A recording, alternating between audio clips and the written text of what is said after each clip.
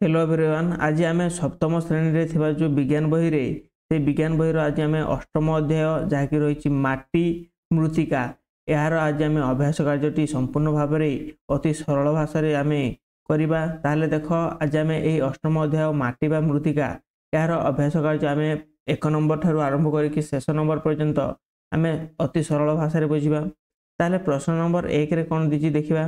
प्रश्न नंबर 1 रे पचारिछि सर्वाधिक जलधारण क्षमता थिबा माटी केउंटी अटे, अर्थात केउ माटी रे अधिक जलधारण क्षमता रही थाए। ताहले एठे तुमको 4टी ऑप्शन दीजिए, बालिया माटी, कादुआ माटी, दरसा माटी, मटिया माटी। अर्थात यार ठीक उत्तरटी हम तुम कौन माटिया माटी, अर्थात जहाँ को आम कहूचे मटिया माटी। यहाँ हूँ तुम ठीक आंसर हम। प्रश्न नंबर 2 रे पचारिछि उर्वर माटीर उपर स्तर रे केउंटी थाए, अर्थात जो आम उर्वर माटी स्तर रही उपर स्तरटी केउंटी अटे। देख ऑप्शन ए पथर, बाली, ह्यूमस।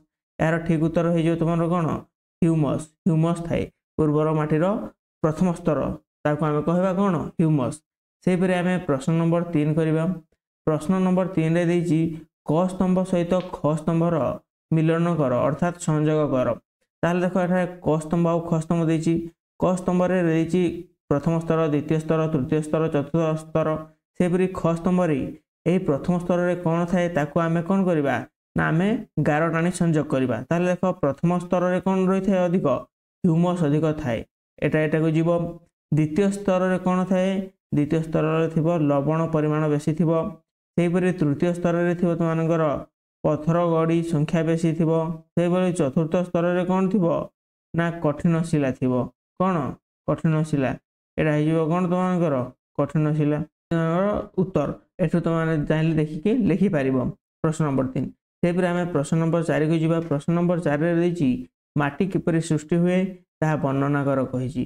ताहले देख ये तुम उत्तर रही माटी किपरि सृष्टि हे। तुम प्रथम पॉइंट लिखिपार तापमात्रा, पवन, जल और जलवायुर परिवर्तन प्रभाव में शिला भांगी शेष में माटी सृष्टि होता है। यह हूँ प्रथम पॉइंट। सेपरी द्वितीय पॉइंट तुम लिख दिन में अत्यधिक सूर्यताप और राति रे तापह्रास फल भूपृष्ठर शिला प्रसारण और संकोचन होई फाटी सृष्टि हुए। यहाँ हूँ तुम कौन 2 नंबर पॉइंट। सेपरी 3 नंबर पॉइंट लिख वर्षा जल, पवन, जलस्रोत और उद्भिद मानकर चेर यही फाटरे पशि शिलागुड़िक फटई छोट छोट खंडरे परिणत करती। Third point. तापर 4 नंबर पॉइंट लिख वर्षा जल और नदी स्रोत यही शिलाखंड गुड़िक गड़ी गड़ी पहाड़िया अंचल निम्न भाग को आसी आहरी छोट छोट खंडरे परिणत होती। परस्पर मध्य कौन बाड़े ही छोट छोट खंडरे परिणत हेबे। सेपरी 5 नंबर पॉइंट लिख शिलार चूर्णरू बाली सृष्टि होता है।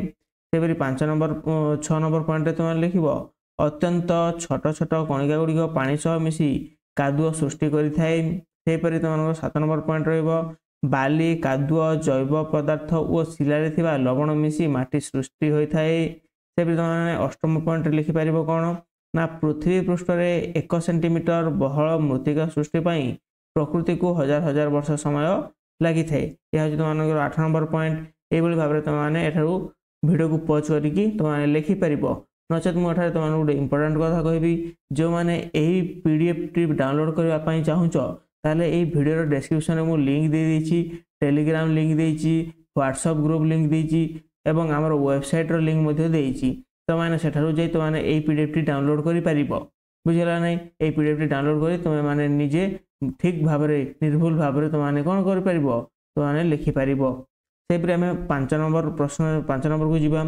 प्रश्न नंबर 5 रे कौन देछि ना बालिया, दरसा और मटिया माटीर गठन और विशेषता लेख कही। उत्तर आम लिखा बालिया माटी। प्रथम लिखा बालिया माटी यही माटी 70 रु 80 शतकड़ा बाली थाए। यहाँ हाथ को दाना दाना लगे।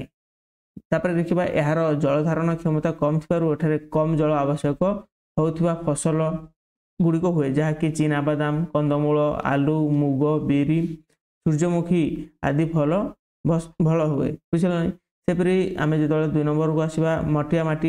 ये मटिया माटी रे कादुआ भाग अधिक थाए, हाथ को चिकण लगे, यह जलधारण क्षमता अधिक थाए। एणु एठी धान, आखु, नलिता, जड़ा और गहम आदि फसल भल हुए।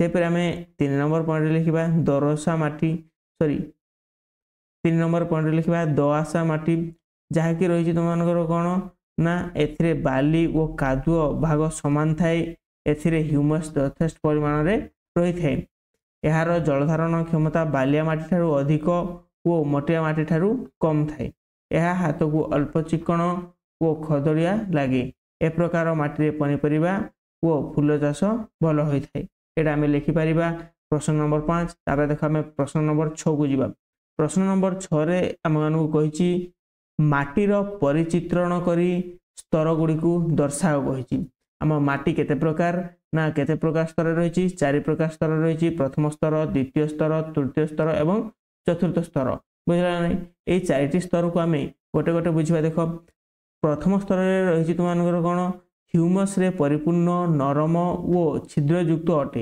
आमर माटीर प्रथम स्तर किभଳି थिबो ह्यूमस रे परिपूर्ण थिबो नरम थिबो छिद्रयुक्त थिबो एथिरे जल मध्य थाए सेपरि आमर द्वितीय पॉइंट लिखिबा द्वितीय स्तर एठारे पोक मांकड़ और अन्यान्य जीव यथा पिंपुड़ी जंदा बिछा रही थांती यह अपेक्षाकृत कठिन और ह्यूमस रे धनी थाए यही द्वितीय स्तर रे अधिक ह्यूमस थाए सेपरि तृतीय स्तर जो देखा यह गरड़ा और पथर खंड थाए तृतीय स्तर रे कौन थिबो ना गरड़ा थिबो एवं पथर खंड गुड़िक थिबे चतुर्थ पॉइंट रे बा चतुर्थ स्तर कौन रहइबो ना यह कठिन शिला स्तर रही थिबो एहिपरि भाबरे तुमनकर माटीर चित्रण वर्णना करा जाय परिबो एही चित्रटी तुमने खातारे निजे बनाई परिबो जाकि प्रथम स्तरटी तुमनकर कौन थिबो हालुका थिबो द्वितीय स्तर रे ह्यूमस रे धनी थिबो तृतीय स्तर रे छोट छोट शिलाखंड थिबे एवं चतुर्थ स्तर रे कठिन शिलाखंड थिबे सेहीपरि देखो आम प्रश्न नंबर 7 को आसीबा प्रश्न नंबर 7 रे रही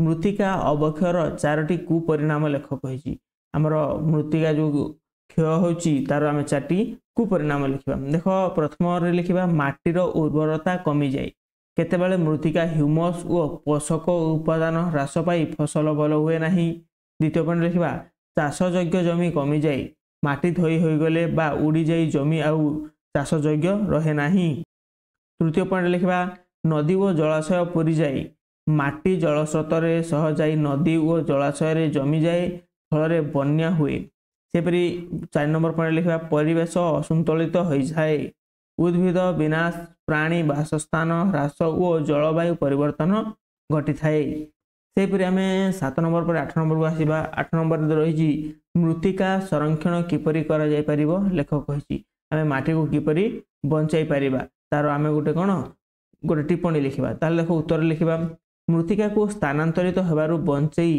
लोकाल स्तर रे माटी को एकाठी रखिबा आवश्यक ताहापई किछि पदक्षेप नेबा जेपरि आम प्रथम पदक्षेप देखिबा वृक्षरोपण मूल प्रणाली द्वारा माटी भितर जाल रची जमी को धारण करा जाए जहाँ झरापारा को रखे द्वितीय पर्यायक्रमिक चाष और शेष फसल रहिबा जमी सदा ढाका रहिबा द्वारा चरण और क्षय को कमा जाई पारे तृतीय पॉइंट लिखा फसल छाड़िबा समय मूल अंश रखिबा मूल अंश मृत्तिका को धरी रखे एवं जमी क्षय को कमाई थाए तापर 4 नंबर देखिबा भू रूपांतरण और टेरेसिंग ढला जमी को छोट छोट टेरेस रे बांटिबा माध्यम रे पानी धारण और एरोशन्स नियंत्रण करा जाय थाए सेपरि आम जेतले 5 नंबर पॉइंट लिखिबा देख नदी कूल और समुद्र कूलर सुरक्षा आवश्यक अंचल रे पत्थर बिछाइबा किंबा प्राकृतिक बारिया प्रणाली गठन करी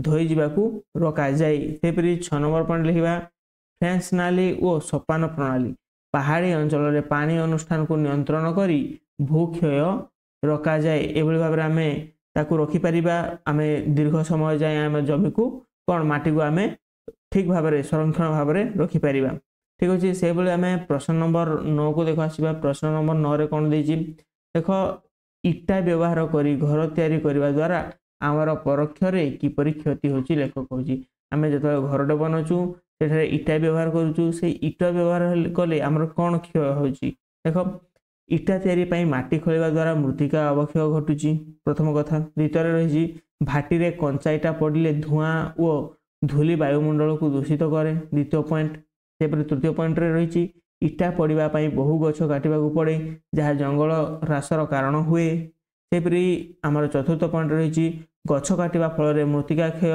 वर्षा ह्रास और अम्लजान ह्रास घटे। सेहीपरि इटा तैयारी पई जो माटी व्यवहृत हुए सही माटी तैयारी हेबाकू अनेक वर्ष लगे। यह भूमि संपद हानि सृष्टि करे।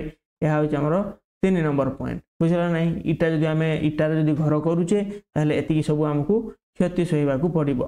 सेहीपरि आम 10 नंबर प्रश्न को आसीबा। 10 नंबर प्रश्न रही तुम बाड़ी रे तुम माँ शिंब भेंडी और कलरा गछ लगाई और से भल फल फल धरुची तेणु तुम बाड़ीर माटी केउ प्रकार माटी होइथिबो लेख कहिछि।